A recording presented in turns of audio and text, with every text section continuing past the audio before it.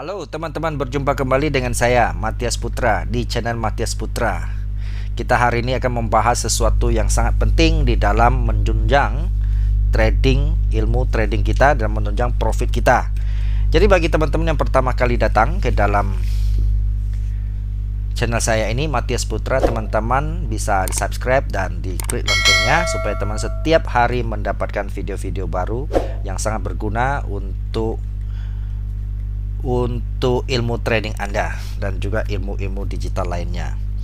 Jadi bagi teman-teman yang pertama kali datang atau pemula di dalam dunia trading, tentu teman-teman jangan bermain di akun real. Harus sabar teman-teman, pakai akun demo, artinya transaksi dengan akun-akun yang uang demonya diberikan oleh broker. Nah, di mana cara buka akun demonya? Teman-teman, di bawah deskripsi ini saya sudah memberikan link untuk teman-teman boleh daftar dan bikin akun demo. Kemudian teman-teman yang sudah pengalaman mau langsung praktek untuk cari broker yang ramah juga ada di link di situ ya. Jadi ini adalah broker yang sangat ramah, aman dan gampang, baik deposit maupun tarik dana 24 jam ya, dilayani bahasa Indonesia. Nah, itu yang sangat menarik dan bisa pakai bank lokal. Dan tariknya masuk ke rekening kita cepat sekali ya, maksimum 1 jam sudah uang sudah di rekening kita. Oke teman-teman, bagi teman-teman yang nanti saya mau belajar secara advance, jadi setiap bulan saya ada kelas advance baik lewat online maupun offline. Teman-teman bisa hubungi saya di deskripsi, itu ada alamat website dan juga alamat WA. Teman-teman bisa lihat ke situ ya. Oke, teman-teman, sekarang kita akan berbicara teori yang sangat menarik dari Nelson Elliot. Jadi menurut Elliot, dia membuat sebuah gelombang-gelombang di dalam baik sebuah tren yang terus naik atau tren yang terus turun ya. Oke, ataupun tren yang terus turun atau naik misalnya ya. Jadi naik itu tidak lurus naik, tetapi pasti ada gelombangnya. Oke. Baik. Nah, sekarang seperti apa menurutnya? Jadi Elliott Wave ini membuat sebuah teori gelombang 53. Gelombang 53. Di mana gelombang 5 ini adalah disebut gelombang impuls ya, atau impuls ya.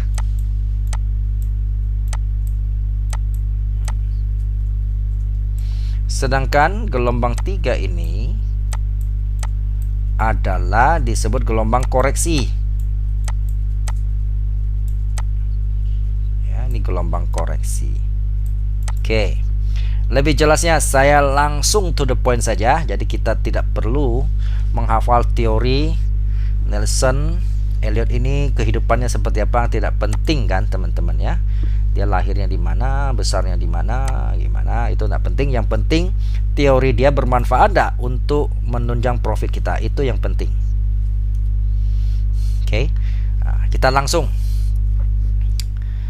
Jadi menurut Elliot ini, bahwa gelombang itu menggambarkan psikologi trading pasar atau kalau para investor ya, kita bisa tergambar dari gelombang yang ada.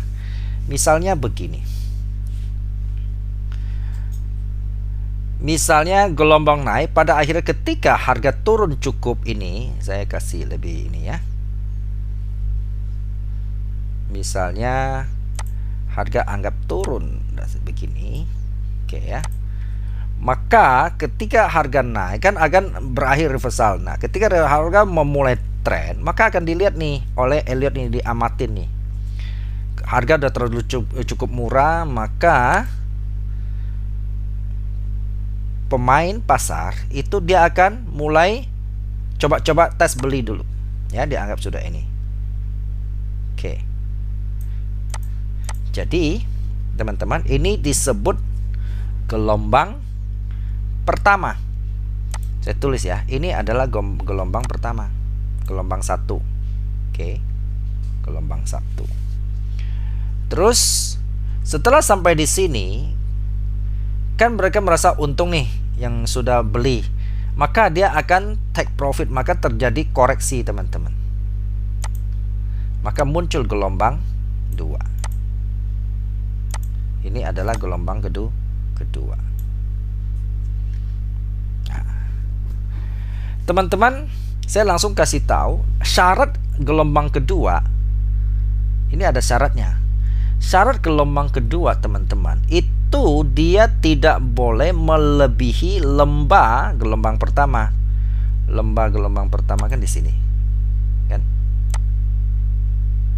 Nah, artinya dia tidak boleh sama, apalagi menjebol. Maka ini gelombang gagal. Jadi harus bagaimana? Maka dia tidak boleh melebihi lembah pertama ya, untuk gelombang kedua ini, untuk melebihi gelombang 1 lah ya, melampaui. Nah, setelah ini maka ini sah gelombang kedua. Lalu dia akan muncul setelah koreksi kan. Setelah koreksi, investor mengatakan, oh ini koreksi doang, ini harga masih bisa naik. Maka investor akan beli. Dia yakin bahwa ini perubahan harga sudah terjadi, artinya downtrend sudah berakhir, maka dia mulai buy habis-habisan. Maka terjadi gelombang ketiga. Nah, ini juga ada syaratnya gelombang ketiga. Gelombang ketiga ini adalah gelombang yang harus lebih panjang daripada gelombang pertama. Ya, gelombang ketiga ini teman-teman, ini harus lebih panjang daripada gelombang pertama sini.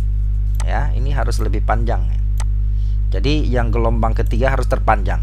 Kemudian setelah begitu, investor berpikir, waduh ini untung sudah banyak, ini takutnya harga akan balik. Maka apa yang terjadi? Terjadi take profit, ambil untung, maka terjadilah koreksi. Muncul gelombang 4. Oke. Syarat gelombang 4 adalah tidak boleh melebihi gelombang 3. Sama ya teman-teman ya, ini tidak boleh melebihi gelombang ini ya, tidak boleh melebihi ini. Nah, menyentuh aja jangan, apalagi melebihi ya, dia harus lebih pendek ya. Sampai di sini wah ini terjadi koreksi, ini harga sebenarnya masih bisa naik. Lalu apa? Mereka melakukan aksi buy lagi. Oke. Nah, sampai gelombang ini adalah gelombang 5. Gelombang 5 ya. Tuh ya. 1 2 3 4 5. Oke. Sampai gelombang kelima, apa yang terjadi? Investor sudah berpikir ini sebenarnya sudah tidak mungkin naik lagi. Sudah terlalu tinggi, tidak masuk akal. Lalu mereka ambil profit. Sehingga gelombang kelima syaratnya dia tidak lebih panjang daripada gelombang ketiga. Jadi gelombang 3 adalah yang terpanjang. Oke. Nah, lalu apa yang terjadi? Muncullah di sini koreksi 3 gelombang itu, teman-teman ya. Muncullah koreksi, yaitu 3 gelombang, yaitu koreksi turun A. Tunggu ya, saya ganti yang ini aja. Itulah koreksi A, gelombang A ya.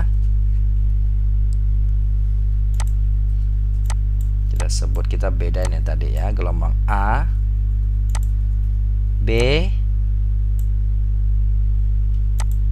ya, ini A di sini, ini B,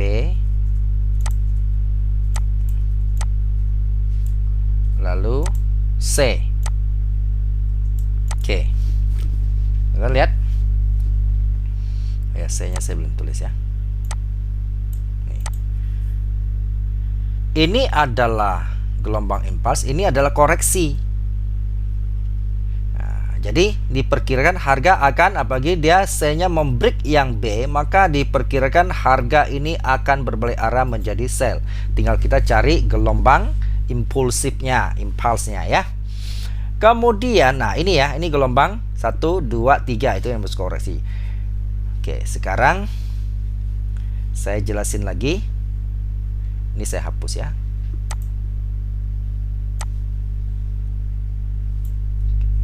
Nanti kita lihat di chart. Oke. Teman-teman, jadi teori Elliott ini melihat bahwa di dalam gelombang 1, 2, gelombang 3, 4, 5. Jadi kalau setiap begini, ini adalah gelombang koreksi nih.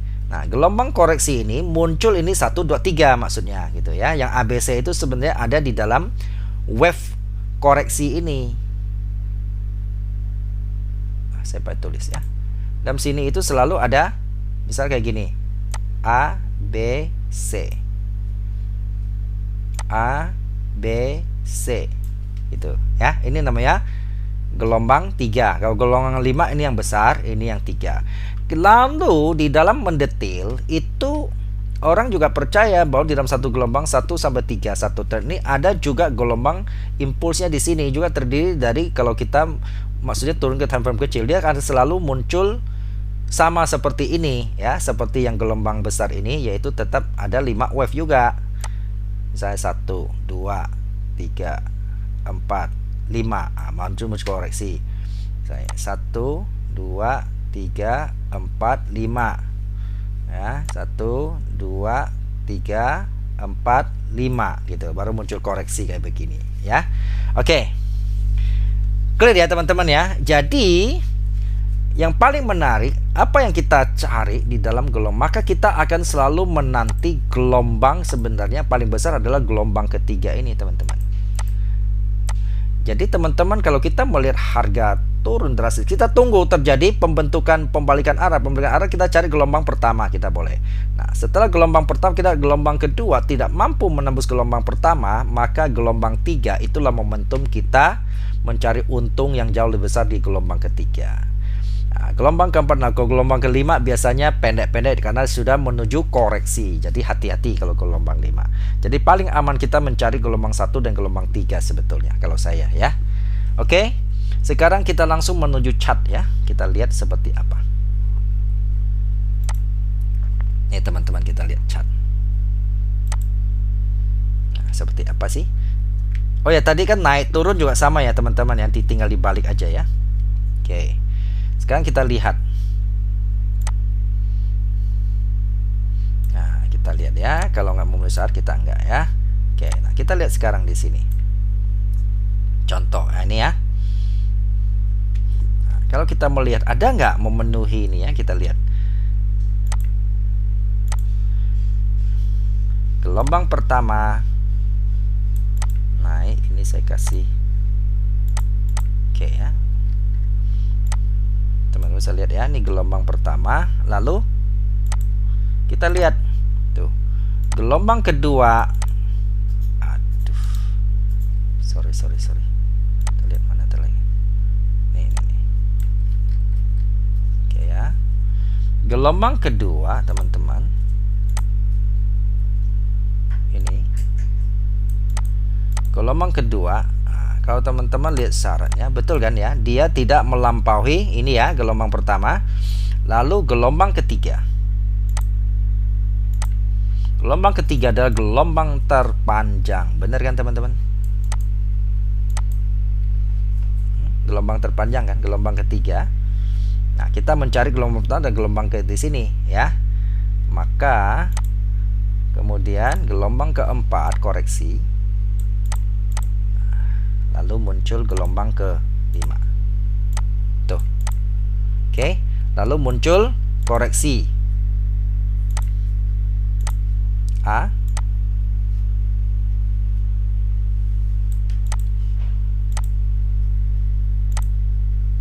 B. Sampai sini atau sampai sana? Bentar ya. Kita lihat ya. Oke, ya sini ya. B, C.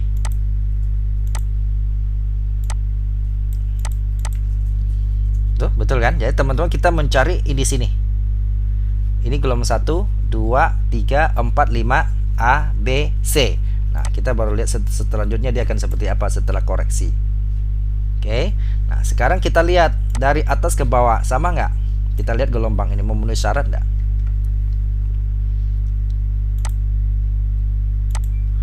Kita lihat gelombang 1,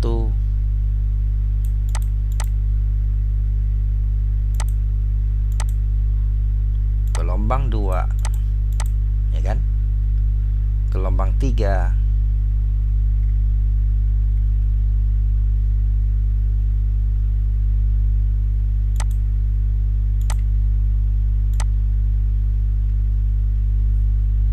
gelombang 3,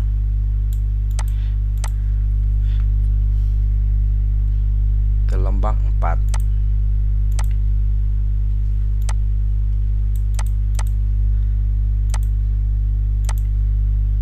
gelombang 5. Ya, sampai yang terbawah sebenarnya sampai di sini dia. Baru muncul koreksi ke sana. Oke. Pertanyaannya, kenapa kita nggak sebut 1, 2, 3? Pertanyaannya teman-teman mungkin bertanya, kenapa ini kita nggak ambil sini? Kenapa kita ambil sini? Gini, ingat, gelombang ketiga syaratnya itu harus lebih panjang daripada gelombang pertama. Kalau kita ambil di sini teman-teman, apa yang terjadi? Maka tidak memenuhi syarat gelombang jadinya. Ini 2 misalnya. Kalau kita ini 3, lalu 4, 4, lalu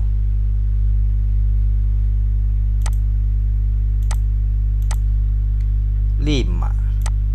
Nah, jadi ini tidak mau syarat apa? Ini masa gelombang 5 lebih panjang daripada gelombang 3, bahkan gelombang 1 lebih panjang daripada gelombang 3. Jadi tidak mau, maka kita harus tarik sampai di sini. Oke, baru nyambung ke sini. Oke, kita lihat ada lagi nggak? Kita kasih satu contoh lagi ya.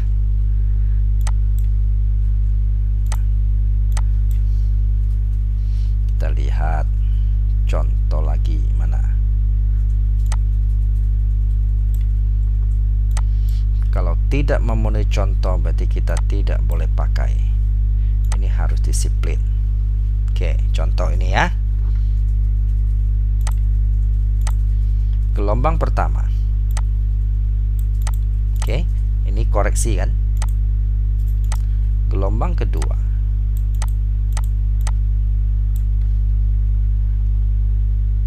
Kemudian gelombang ketiga. Terpanjang kan? Gelombang keempat. Ya, lalu kita lihat gelombang ke-5. Nah, apakah maksudnya ini lebih panjang dari ini? Oh enggak, teman-teman bukan lihat data panjangnya ini, tetapi lihat gelombang naiknya ya, tingginya ya. Kalau ini kan dibandingkan ini pasti ini berapa pip? Coba, pasti berbeda. Ini 1067 pip. Sedangkan di sini coba. Sedangkan kita ukur dari sini sampai di sini ini hanya 1000 pip. Oke. Jadi tentu ini lebih tinggi dibandingkan gelombang ini. Lalu baru muncul koreksi. A,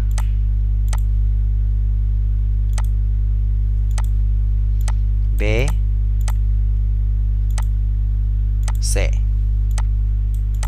Ya, jadi seterusnya. Oke, teman-teman, kita selalu tangkap gelombang pertama, gelombang kedua. Ini sudah menyebabkan cuannya gede-gedean ya. Jadi ini gelombang, banyak orang mengatakan ini agak sulit, betul. Jadi Anda butuh latihan, butuh membiasakan diri. Ya, belum lagi kita lihat gelombang di dalam gelombang tadi. Maksudnya ini kan khas D1 ya. Kita lihat gelombang dalam gelombang. Itu misalnya kita turunkan time frame H4. Maksudnya di dalam gelombang di sini kali ya. Di belakang. Mana tadi kita lihat. Jadi di dalam gelombang itu akan terjadi gelombang lain. Coba lihat teman-teman, lihat tuh. Tuh, di dalam satu wave ini kan ada gelombang 1, 2. Misalnya ya. 1, 2, 3, 4. Nah, malah begini, dia hitungnya kayak begini. Ya, ini kan dalam gelombang, ya. 1 kelihatannya 1 2 3 4 5, ya kan? Teman-teman lihat. 1 2, kan tidak melampaui ini ya syaratnya kan. Kemudian 3 yang terpanjang kan. Habis itu 4 ya, 5 gelombang pendek. 5. Oke, benar ya? Oke ya teman-teman, tinggal latihan dan ini. Salam profit dan salam sukses untuk kita semua.